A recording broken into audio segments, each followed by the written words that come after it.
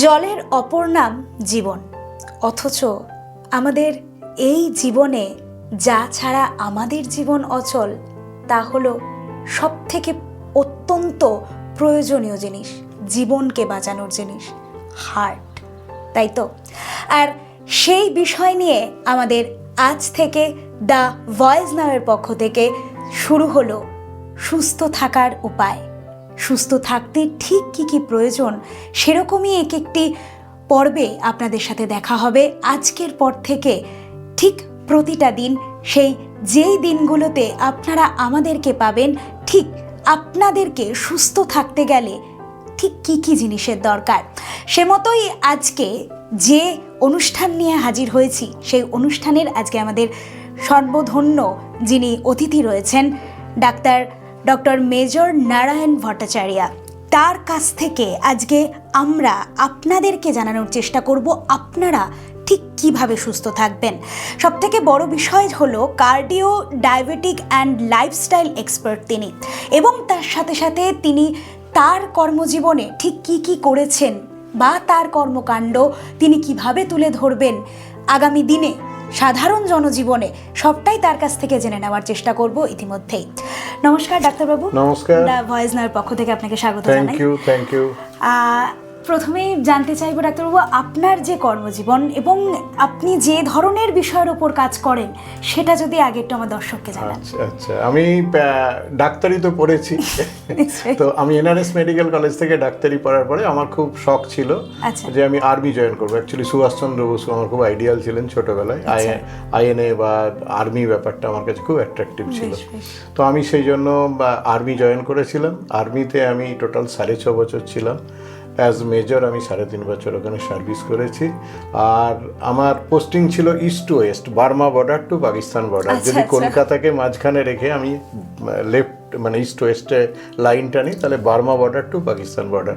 আমি এই হিল টপে বসে আছি, পরের হিল টপ হচ্ছে বার্মা, ঠিক আছে? আর পাকিস্তানের হচ্ছে আমি লাস্ট একটা ভিলেজ নাসনা বলে ভিলেজে আমি একদিন গাড়ি নিয়ে চলতে আমি খুব গাড়ি নিয়ে ঘুরতে ভালোবাসতাম। আমার কাছে ইউজুয়ালি দুটো জিপসি থাকতো, একটা সিভিল সাদা কালারের জিপসি আর একটা ওজি কালারের জিপসি। ওই মুহূর্তের একটা এক্সপেরিয়েন্স রয়েছে সেই আর্মির জীবনের, ওই মুহূর্তে ভীষণ একটা না, আমি যদি বলি তাহলে তো 1 বছর বলতে পারি। যেমন নাগাল্যান্ডের তো অদ্ভুত সব এক্সপিরিয়েন্স, মানে সে ভাবাই যায় না। তো ওগুলো নিয়ে আমরা পরে বলবো। একটা ছোট যেমন বলছি যে আমি ওইখানে একদিন আমরা খাবো বলে রেডি হয়েছি, তো হঠাৎ বললো নিচে নাকি আন্ডারগ্রাউন্ডরা এসে গেছে, টেরোরিস্টরা এসে গেছে। তো সঙ্গে সঙ্গে সিও বললেন যে আমাকে জাস্ট ডাকলেন, ডেকে কানে বললেন যে বি রেডি উইদিন 5 মিনিটস। তখন কিন্তু আমরা খাবো বলে রেডি, আমাদের মানে ওয়াইফরা প্রত্যেকে খাবার প্রায় নিতে চলেছে। তো তখন just be ready within 5 minutes বললেন। তারপরেই 5 মিনিটের মধ্যে আমার ড্রাইভার এসে স্যালুট করে যে গাড়ি তৈয়ার হ্যায় সব। তো গাড়ি এসে গেল, আমরা কিন্তু আমাদের আর খাওয়া হলো না। আমরা তখন বোধহয় প্রায় 11টা বাজে, 11টাতে খাবো বলে যখন হচ্ছে তখন আমরা নিচে চলে গেলাম এবং রাত্রি 3:30টাতে ফিরে এলাম। এরকম মানে অদ্ভুত এক্সপিরিয়েন্স সব ওখানে আমাদের, মানে লাইফে এরকম কিছু ছিল না যে আমাদের কোনো বাঁধা ধরা কোনো গদ বা কিছু, সেটা আমি যার জন্য আমি আর্মি খুব এনজয় করেছি। ঠিক আছে, এবার আমি একটু পরবর্তী আমাদের যে আজকের যে মেন অ্যাট্রাকশন সেটা হচ্ছে গিয়ে আজকের আমাদের অনুষ্ঠান যে বিষয় সেটা কিন্তু সম্পূর্ণই হার্ট রিলেটেড। অর্থাৎ ডাক্তারবাবু আপনাদেরকে সুস্থ থাকার জন্য যে ধরনের বক্তব্যগুলো আমি আজকে তুলে ধরার জন্য আজকের আমাদের অনুষ্ঠান, সেই হার্ট ফেলিয়ার এবং হার্ট অ্যাটাক ঠিক জিনিসটা কি এবং সেগুলো কার ওপর অ্যাপ্লাই হয় এবং কিভাবে হয়, কেন হয়, সব কিছুর উত্তর দেবেন আজকে আমাদের সকলের প্রিয় ডক্টর মেজর নারায়ণ ভট্টাচার্য। ডাক্তারবাবু, প্রথমেই যেটা জিজ্ঞাসা করব, হার্ট অ্যাটাক জিনিসটা কি এবং কেন? তার আগে বলি যে আমরা না এই বিষয়গুলোকে তলিয়ে ভাবি না, এবং এই যে কি মারাত্মকভাবে আমাদের দিকে আসছে, it is coming like tsunami.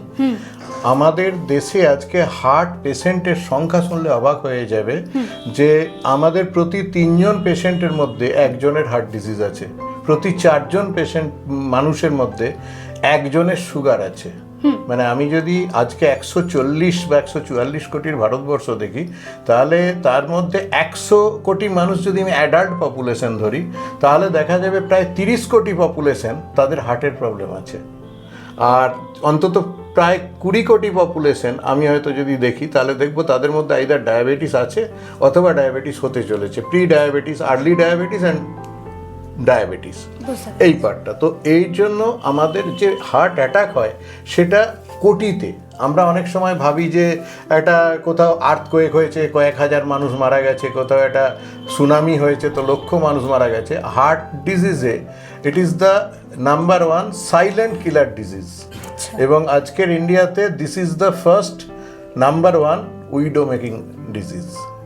সবচেয়ে বেশি বিধবা হচ্ছে আজকের দিনে। কারণ হচ্ছে ধীরে ধীরে আমাদের যে আগের দিনে আমাদের একটা আইডিয়া ছিল যে লোকের হার্ট ডিজিজ হয় বোধহয় 50-60 বছরের পরে, এখন এটা কমতে কমতে 20 বছরে এসেছে। আমার 10 জন পেশেন্ট আছে যাদের ফার্স্ট হার্ট অ্যাটাক 30 বছরের মধ্যে হয়ে গেছে, এবং আমি 5-6টি ছেলেকে জানি যারা কলেজে টলেজে পড়তো, তোমরাও আজকাল শুনতে পাচ্ছ নিউজ চ্যানেলে যে 5-6টি ছেলে তারা মারা গেছে 30-এর মধ্যে। আমার কাছে আমি শুনেছি কারোর মধ্যে। আর এই রিসেন্টলি তো কত সেলিব্রিটি এও কতজন যে মারা যাচ্ছে 40-45 বছর বয়সে, এটা দেখতেই পাচ্ছেন। সেই জন্য কিন্তু এটাকে খুব সহজে আটকানো যেতে পারে। এই জন্যই আমার তোমাকে এটা বলা যে যদি তোমরা এটা একটু সমাজে বোঝাতে পারো মানুষকে, কারণ এইটা হচ্ছে লাইফস্টাইল ডিসঅর্ডার। শুধুমাত্রই কি তাই? Yes, heart disease and diabetes, these are all lifestyle disorder. আমি এর ওপরেই পুরো ডেডিকেটেড ওয়েতে কাজ করি। কারণ হার্ট ডিজিজটা তোমাকে আমি জাস্ট ছোট্ট করে বোঝাচ্ছি, তুমি বুঝতে পারবে এমন কিছুই কঠিন ব্যাপার না। একটা হার্ট ডিজিজ এই আমার ডান হাতের মুঠোটার মতো আমার হার্টের সাইজ, ঠিক আছে? তো এই হার্টের এই ব্যাপারটাকে যদি আমি বুঝি, তাহলে এইটা ড্রাই ওয়েট হচ্ছে 250 থেকে 300 গ্রাম। আচ্ছা, হার্ট কি করছে? আমি অক্সিজেন যেটা নিচ্ছি, লাংস অক্সিজেন নিচ্ছে, হার্ট সেটাকে পাম্প করে পুরো বডিতে ছড়িয়ে দিচ্ছে। প্রত্যেকটা অর্গান, প্রত্যেকটা system, each and every cell বেঁচে আছে এই অক্সিজেন যাচ্ছে বলে। তো যেমনভাবে আমাদের বাড়িতে মেয়েরা রান্না করে আমাদেরকে খাওয়ায়, তারপরে নিজেরাও তো খায়, নিজেকেও তো বাঁচতে হবে। তো হার্ট সেরকম সকলকে বাঁচিয়ে রেখেছে, কিন্তু নিজেও 3টে আর্টারি দিয়ে নিজের ব্লাড নেয়। এই সামনের এই আর্টারিটাকে বলে LAD artery, left anterior descending artery. নিচে একটা আর্টারি আছে সেটাকে বলে লেফট সার্কামপ্লেক্স আর্টারি, নিচের দিকটা যে সাপ্লাই হচ্ছে।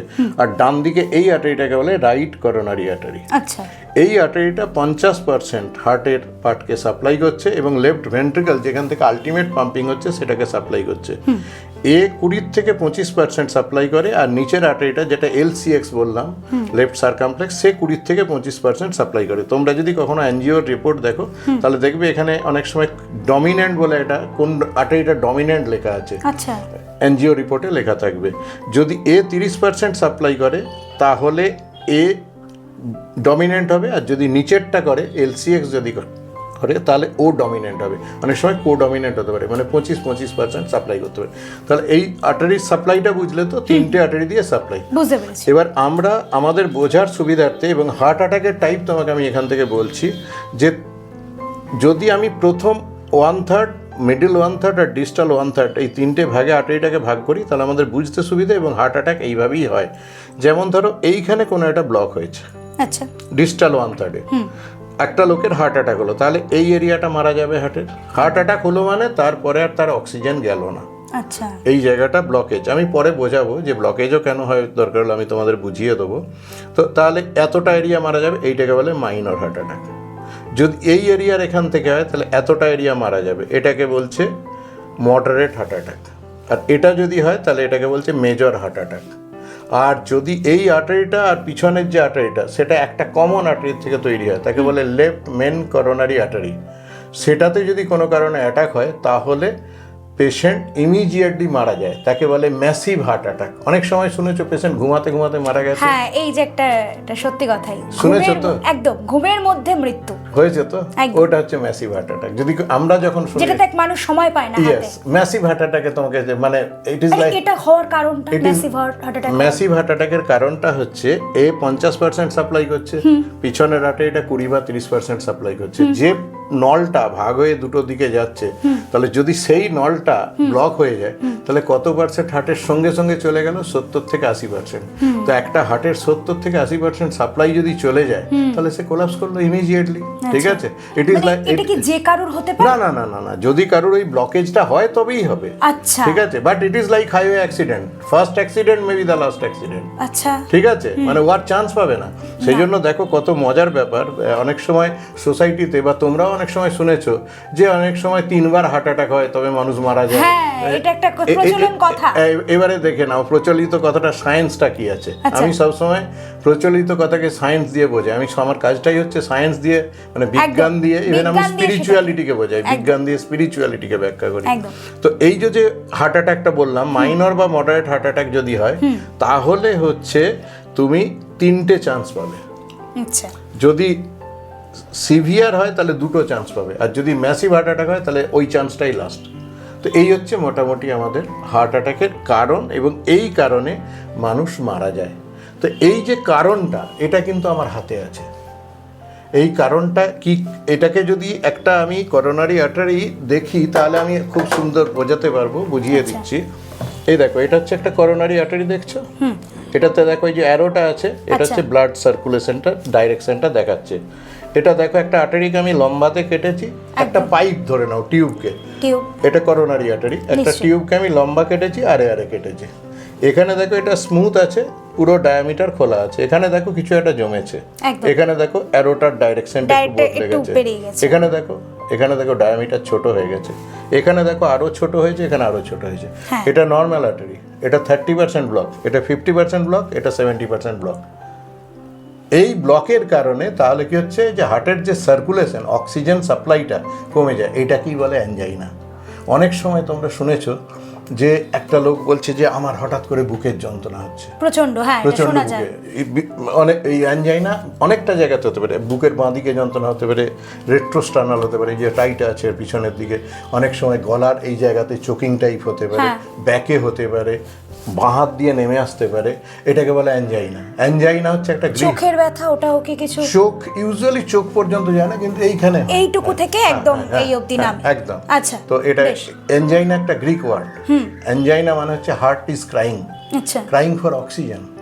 এই যে ব্লকেজটা হলো, এর জন্য। এবারে নর্মালি কি হচ্ছে, নর্মালি এটা মধ্যে দিয়ে আর্টারিতে যদি আমার এই আর্টারিটাতে যে সার্কুলেশন থাকবে, এটাই কি তাই থাকবে? অনেক কমে যাবে, 70% ব্লক। আবার এর উপরে একটা পর্দা আছে। এই আমাদের স্ট্রেস, স্ট্রেন, অ্যাংজাইটিতে অনেক সময় পর্দাটা ফট করে ফেটে যায়। যেই পর্দাটা ফেটে যাবে, এখানে ব্লাড ক্লট এসে যাবে, এটা 100% ব্লক হয়ে যাবে, ওটাকে বলে হার্ট অ্যাটাক। তো আমি আগেরটা বললাম অ্যানজাইনা, অ্যানজাইনাল পেন লোকের হতে থাকে। যার জন্য আমরা কিন্তু যদি মনে করি যে হার্ট অ্যাটাক যে হয়ে গেল, একদম হঠাৎ হয়ে গেল, এরকম নয়। কিন্তু হার্ট অ্যাটাকের আগে অনেক পেশেন্টের বুঝতে পারার কথা, বুঝতে পারে, কিন্তু আমরা নেগলেক্ট করি। এই যে মানে যে ব্যথাটা, এই ব্যথাটা আমরা নেগলেক্ট করে আর ডাক্তারের চিকিৎসায় কোনোভাবে পদ্ধতিতে যাই না। আমরা এটা কারণ হতে পারে। হ্যাঁ, হার্ট অ্যাটাকে হলে লোকেরা কি করে, খুব কমন মিস্টেক হচ্ছে গ্যাসের ব্যথা। আমার দেশে 50% লোক বলবে ডাক্তারবাবু আমার না এই গ্যাস অম্বলের ব্যথা। হ্যাঁ, বুকের ব্যথাটাকে, ওটা কিন্তু হার্ট অ্যাটাক হয়েছিল, কিন্তু ও ভাবছে গ্যাসের ব্যথা। দেখো পিঠের যে ব্যথাটা অনেক সময় থাকে, ওটাও কি এটার সাথে? এই পুরো এরিয়াটাতে, পুরো পিঠটা জুড়ে। আচ্ছা, হ্যাঁ, এটা মনে হতে পারে কোনো একটা পিন ফোটাচ্ছে বা খুব একটা কিছু চেপে বসে গেছে। আচ্ছা, শুধুমাত্র অংশটা কি এই অবধি নাকি পেট অবধিও নামে জিনিসটা? না, পেটের দিকেও আসতে পারে, বাট অনেক সময় হয় না যে লোকে বলে গ্যাসের ব্যথা, আমার পেটটা ভীষণ ব্যথা। আর না, গ্যাসের ব্যথার সঙ্গে তোমাকে বুঝিয়ে দিচ্ছি। দেখো হার্ট এখানে আছে, 2nd to 6th rib heart বসে আছে এখানে, ঠিক আছে? তার ঠিক নিচে ডায়াফ্রাম আছে, তার নিচে স্টমাকটা আছে। স্টমাকের যে ফান্ডাস, যদি কারোর গ্যাস হয় তাহলে গ্যাস ঊর্ধ্বমুখী চাপ দেবে। যেই ঊর্ধ্বমুখী চাপ দেবে, ও স্টমাকের ফান্ডাসে এখানে চাপ দেবে, ডায়াফ্রামকেও ইরিটেট করবে।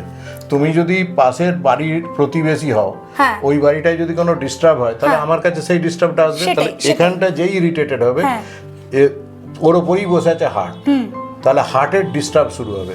তো অনেকের কিন্তু ইভেন গ্যাসের জন্যও হার্ট অ্যাটাক হতে পারে। আর অনেক সময় লোকেরা কি করে, যেহেতু এইটা কমন এরিয়া, এখানটা স্টমাক, এখানটা হার্ট, এই দুটোর মধ্যে অনেক সময় ডিসক্রিমিনেট করতে পারে না। আর পেনটা কিন্তু পুরো এরিয়াটা নিয়ে হার্টের হতে পারে। তো লোকেরা কি ভাবলো, বুকের যন্ত্রণা হচ্ছে, ও ভাবছে আমার এবারে হতে পারে ইনসিডেন্টালি ওর গ্যাস অম্বলের একটা প্রবলেম আছে, হতে পারে। কিন্তু আমি আমাদের একটা স্ট্যান্ডার্ড টিচিং ছিল যে never underestimate the situation, in that case you may lose the patient. আমি যদি ধরে নাও তোমার একটা হার্টের পেনকে তুমি গ্যাসের পেন বলে মিস করে গেলে, একদম, তো তুমি তো অনেক বড় ক্ষতি করে গেলে। কারণ তোমার দেখো, তোমার কিডনি কটা, লাংস কটা, চোখ কটা, তোমার নাকের ফুটো কটা, হাত কটা, পা কটা, সব দুটো, আর হার্ট কটা। একদম। তাহলে যদি তোমার গ্যাসের প্রবলেম হয়, তোমার গ্যাস্ট্রিকের জন্য তুমি 40-50 বছর বাঁচতে পারো, কিন্তু হার্ট অ্যাটাক হলে আর বেশি দিন আর তো চান্স পাচ্ছ না। সেই ক্ষেত্রে তাও কত বছর বাঁচার সম্ভাবনা থাকে? এটা ডিপেন্ড করছে যে তোমার মানে পরপর হার্ট অ্যাটাক কত দিনে হচ্ছে, এই যে রেট অফ এই যে ব্লকেজটা এটা কতটা হচ্ছে, এটা খুব ইম্পর্টেন্ট। এই ব্লকেজ ইউজুয়ালি তোমরা শুনলে অবাক হবে, এগুলো সব অঙ্ক, মানে বিজ্ঞান তো পুরো অঙ্কের মতো মিলে যায়। এই যে ব্লকেজ বললাম, এই ব্লকেজ বছরে 1% নর্মালি হতে পারে, হওয়ার কথা। তার জন্য 100% ব্লক হতে কত দিন সময় লাগার কথা? 100 বছর। আর উপরওয়ালা 10 বছর গ্রেস দিয়েছেন, মানে বাচ্চাদের 10 বছর পর্যন্ত দেখা যায় খুব একটা কিছু ব্লকেজ হয় না। তাহলে যদি আমার এতে 10 বছর পর্যন্ত ব্লকেজ নয়, তাহলে একটা লোকের ফার্স্ট অ্যাটাক হওয়ার কথা 110 বছর বয়সে। তুমি অনেক সময় শুনেছো যে যারা যোগী পুরুষ বা যারা ঠিকঠাক লাইফ লিড করে, সঠিক জীবন যাপন করে, বার্ধক্য রোগে স্পেশালি যারা মারা যায়, তাদের অনেকেই, ইভেন তোমাদের ফ্যামিলিতে, আমার ফ্যামিলিতে আমি দেখেছি লোকেরা 90, 95, 100 বছর পর্যন্ত। এইটা হচ্ছে এই টেকনিক। আর আজকের দিনে অদ্ভুত ব্যাপার, আজকের যে লাইফস্টাইল, আজকের যে স্ট্রেস, আজকের যে অ্যাংজাইটি, হ্যাঁ, 21st century is called century of stress. আজকে দেখো, আমি অবশ্য স্ট্রেস নিয়ে থাকি না, কিন্তু তোমরা যেসব স্ট্রেস ফিল করো, আর যা সব থেকে বড় বিষয় আজকের দিনে দাঁড়িয়ে আমাদের বয়সী, স্পেশালি যারা আর কি টিনেজ থেকে, আমি একেবারে বলবো না যুবতী, আমি ওটাও বলছি না, টিনেজার্স, তাদের একটা এখন এই মুহূর্তের একটা মনে যেন অ্যাংজাইটির মতো কাজ করে, আমার তো মন ভালো নেই। এই যে একটা, এটা কি হার্ট একটা এফেক্ট ফেলে? 100%। মানে এটা এইগুলোই হচ্ছে কারণ, এইগুলোই হার্ট অ্যাটাকের কারণ। আচ্ছা, এই যে লাইফস্টাইল আমি বলছি, এই যে স্ট্রেস বলছি, এই যে ডিপ্রেশন বলছি, এই যে ফ্রাস্ট্রেশন বলছি, সবথেকে বড় কথা এটা মুখে মুখে যে ডিপ্রেশন, এইগুলোতে আমি আসবো, এই ওয়ার্ডটা, এইগুলোতে আমি আসবো। আমি ইনফ্যাক্ট সোসাইটিতে এর উপরেই কাজ করি। আমার নিজস্ব আমরা লাইফস্টাইলের ব্যাপারে শুনবো। আমি ফুল লাইফস্টাইল বলবো। ইভেন আমার সাবজেক্ট হচ্ছে বডি, মাইন্ড অ্যান্ড সোল। ওনার আজ থেকে 9 বছর আগে ওনার একটা হার্ট অ্যাটাকের মতো, হঠাৎ আমি দুপুরবেলা ওনাকে হসপিটালে নিয়ে যাই, চিত্তরঞ্জন হসপিটালে নিয়ে যাওয়াতে ওনাকে ভর্তি করে নেয়। ভর্তি করে নিতে বলেছিলেন ওনার একটা সার্জারি হবে, তো সার্জারি করার জন্য ওনাকে সমস্ত কিছু যোগাযন্ত্র করা হয়, সার্জারি করার ইঞ্জেকশনও দিয়ে দেওয়া হয়। দেওয়ার প্রতি উনি অজ্ঞান হননি। ডাক্তারবাবু বললো না, অজ্ঞান 3টে ইঞ্জেকশন দিতে যখন অজ্ঞান হয়নি, তাহলে আর ওনার সার্জারি করা যাবে না বলে এইভাবেই ওনাকে ওষুধ খেয়ে থাকতে হবে।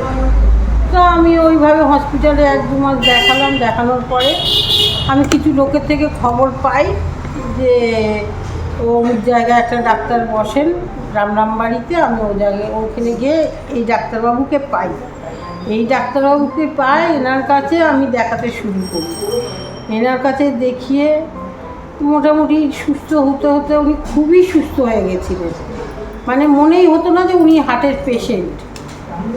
ইনি কি সার্জারির কথা বলেছিলেন, মানে অপারেশনের কথা বলেছিলেন? না, ইনি বলেছিলেন না, সার্জারি করতে হবে না, ওনাকে খালি একটু যত্নতে রাখবেন, একটু তেল মশলা খাওয়া দাওয়া চলবে না, যতটা ওনাকে রাখতে পারবেন যত্নতে ততটাই উনি সুস্থ থাকবেন।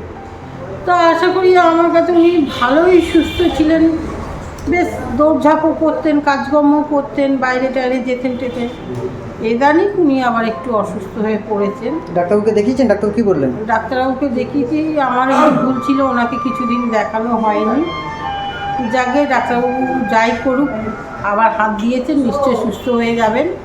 আবারও আসছি আমাদের ডাক্তারবাবুকে সাথে নিয়ে। আপনাদের যদি কোনো প্রশ্ন থাকে, সেই প্রশ্নগুলোকে সাথে নিয়ে অতি অবশ্যই জানাতে পারবেন আপনারা দ্য ভয়েস নাও-এর কমেন্ট পর্বে। তাই অতি অবশ্যই কমেন্ট করতে ভুলবেন না যে আপনারা ঠিক কী ধরনের প্রশ্ন রাখতে চাইছেন আমাদের ডাক্তারের কাছে। তাই সেই সমস্ত প্রশ্ন নিয়ে এবং তার সাথে সাথে প্রতিটি প্রশ্নের উত্তর এবং যে বিষয় নিয়ে আমরা কথা বলছি সেই সমস্তটাকে নিয়ে আপনাদের কাছে ফিরছি আবারও দ্য ভয়েস নাও-এর পর্দায়।